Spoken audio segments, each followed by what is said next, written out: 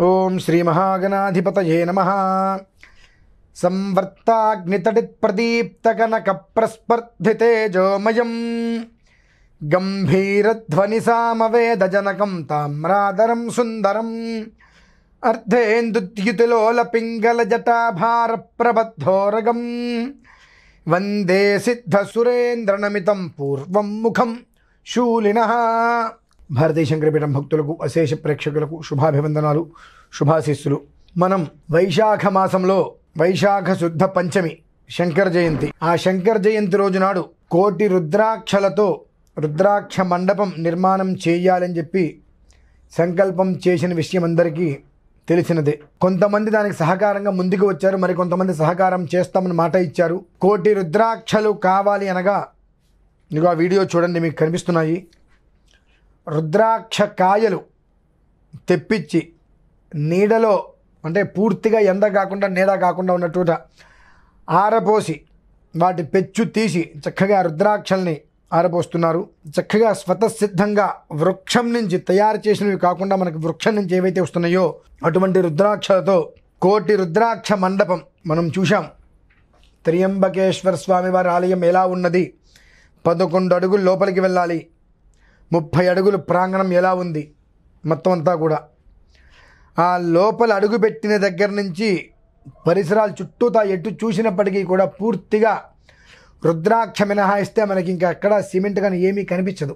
ఆలయం ప్రాంగణం లోపల మొత్తం ఆ విధానాన్ని అనుసరించి చక్కగా ఆ రుద్రాక్ష మండపం అనేటువంటిది పరిపూర్ణంగా నిర్మితం కావాలి అనేటువంటి సంకల్పం. ఎందుకు కావాలి అంటే, మానవ జీవితంలో మనం కొన్ని పురాణాలు తీసుకున్నట్లయితే ప్రతి ఒక్క మనిషి తన జీవితకాలంలో శివాలయ ప్రతిష్ఠ అనేటువంటిది చేయాలి. అంటే శివలింగ ప్రతిష్ఠ, ఆలయ నిర్మాణంలో శివలింగ ప్రతిష్ఠ తన పేరు మీద ఒకటి జరిగి ఉండాలి. ఒక శివలింగం ప్రతిష్ఠ చేయడం అంటే అది ఎంత ఖర్చు అందరికీ తెలిసిందే. ఆ శివలింగం అనేటువంటిది ఆలయంలో ప్రతిష్ఠ చేయలేని పరిస్థితి ఉంది అన్నప్పుడు ఒక రుద్రాక్షని మనం అది వాడేటువంటి వాళ్ళు ఎవరైతే ఉంటారో ఆ రుద్రాక్ష ఎవరు ధరిస్తారు, ఈశ్వరునికే ప్రతి శివాలయంలో కూడా రుద్రాక్షలు ధరింపజేస్తుంటారు. స్వామివారికి రుద్రాక్ష మాలలే వేస్తూ ఉంటారు. అలా ఒక రుద్రాక్షను ఒక మాలని కానీ మనం ఇచ్చినట్లయితే రోజు స్వామివారి మెడలో వేస్తూ ఉంటారు. అటువంటిది ఒక రుద్రాక్ష మండపమే మనం నిర్మాణం చేస్తున్నామనంటే,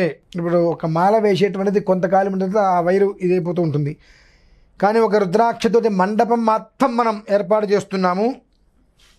పైన స్లాబ్ కావచ్చు, చుట్టుపక్కల ప్రహరీలు కావచ్చు, స్తంభాలు కావచ్చు, ఎట్నుంచి ఎటు చూసినప్పటికీ కూడా ఆ రుద్రాక్ష మినహాయించి ఏమీ కనిపించకుండా అక్కడ రుద్రాక్ష మాత్రమే ఉంది అంటే ఎంతమంది రుద్రుళ్ళు అక్కడ ఉన్నట్టు. ఆయన నుంచి వచ్చిందే కదా రుద్రాక్ష. ఆయన నుంచి అంటే మనం ఏదో ఆయనకి ప్రత్యేకంగా ఇవ్వట్లా, ఆయన నుంచి ఏదైతే వచ్చిందో అదే మళ్ళీ ఆయనకి మనం సమర్పణ చేస్తున్నాం. అటువంటిది ఒక 25 లక్షల రుద్రాక్షలతో మేకల్లా తెప్పించుకోవాలి. శంకర జయంతి ఆ సమయంలో దాన్ని అక్కడ మొదలు పెట్టాలి అనేటువంటిది. అంటే మే 12 లేదా ఆలయ నిర్మాణం చేసినటువంటి శంకుస్థాపన చేసిన ఆలయం మే 14వ తారీఖు శంకుస్థాపన చేయడం జరిగింది. మే 12 లేదా 14 తారీఖులలో మొదలుపెట్టి 4-5 మాసాల్లో కోటి రుద్రాక్షలతోటి పూర్తి నిర్మాణం పూర్తి చేయాలి అనేటువంటిది సంకల్పం. దానికి రుద్రాక్షలు కావాలి. అందరూ సహకరిస్తే పెద్ద కష్టం కాదు. ఒక రుద్రాక్షమాల 108 రుద్రాక్షలు ఉంటాయి, 600 రూపాయలు కేవలం. మనం ఒక సినిమాకి వెళ్ళినా, ఎటున బయటికి వెళ్ళినా ఎటువంటి ఖర్చు మనకు తెలుస్తూనే ఉంటుంది. దాంట్లో ఒక 600 రూపాయలు మనది కాదు అనుకున్నట్లయితే 108 రుద్రాక్షలు. ఆ వీడియో చూడండి ఒకసారి. ఈ రుద్రాక్ష కాయల్ని ఎలా తీసుకొచ్చారు, ఎలా ఆరబోశారు, జాగ్రత్తగా తీస్తే ఎంత మెలమెలా మెరుస్తున్నాయి రుద్రాక్షలు. అంటే చేసేది ఏదైనప్పటికీ కూడా చాలా ఇష్టంతో, ప్రేమతో, భక్తితో చేయాలి. మినహాయిస్తే ఏముంది లేని చేయటం నాకు ఇష్టం లేని పని కనుక నాకు వెంటనే దాని విధానాన్ని సేకరించుకున్నాము, చూడటం జరిగింది, తెప్పించడం జరిగింది, ఏర్పాటు చేయడం జరుగుతుంది. 600 రూపాయల నుంచి మొదలుకొని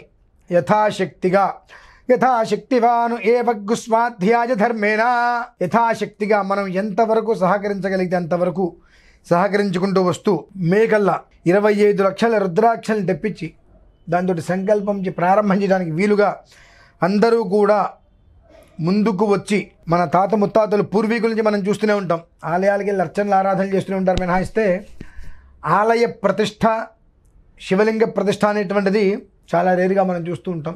అనువంశికంగా ఎవరు చేసి ఉండకపోవచ్చు, అవకాశం కుదరక, లేదంటే ఒక శివలింగాన్ని మనం స్థాపించాలంటే ఖర్చు ఎక్కువ అవుతుంది, ఒక మనిషి వల్ల ఆలయ నిర్మాణం కాదు కాబట్టి అవకాశం లేకపోవచ్చు. అటువంటిది మహత్తరమైన అవకాశం మనకు రుద్రుడికి తన నుంచి వచ్చినటువంటి రుద్రాక్షనే అర్పితం చేయటం అంటే రుద్రాక్ష సేవ, ఈశ్వరుడికి రుద్రాక్ష ధారణ సేవ. ఒక రకంగా చెప్పాలంటే ఆయన నుంచి వచ్చినటువంటిది ఏదైతే రుద్రాక్ష కింద పడి వృక్షంలాగా వచ్చిందో దాని నుంచి తీసుకుంటే రుద్రాక్షల్ని మళ్ళీ ఆయనకే మనం సమర్పిస్తున్నాం. అటువంటి రుద్రాక్ష సేవ ఇది. ప్రతి ఒక్కళ్ళు పాల్గొని ఒక మాల 600 రూపాయలుగా అనుకోవడం జరిగింది.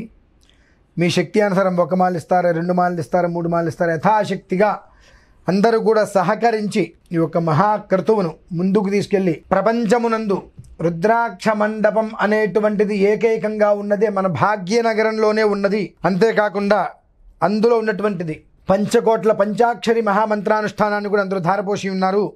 ఇప్పటికే సుమారుగా 25 నుంచి 30 లక్షల పంచాక్షరిని ధారపోసి ఉన్నారు. అంతట శక్తి అందులో ఉన్నది.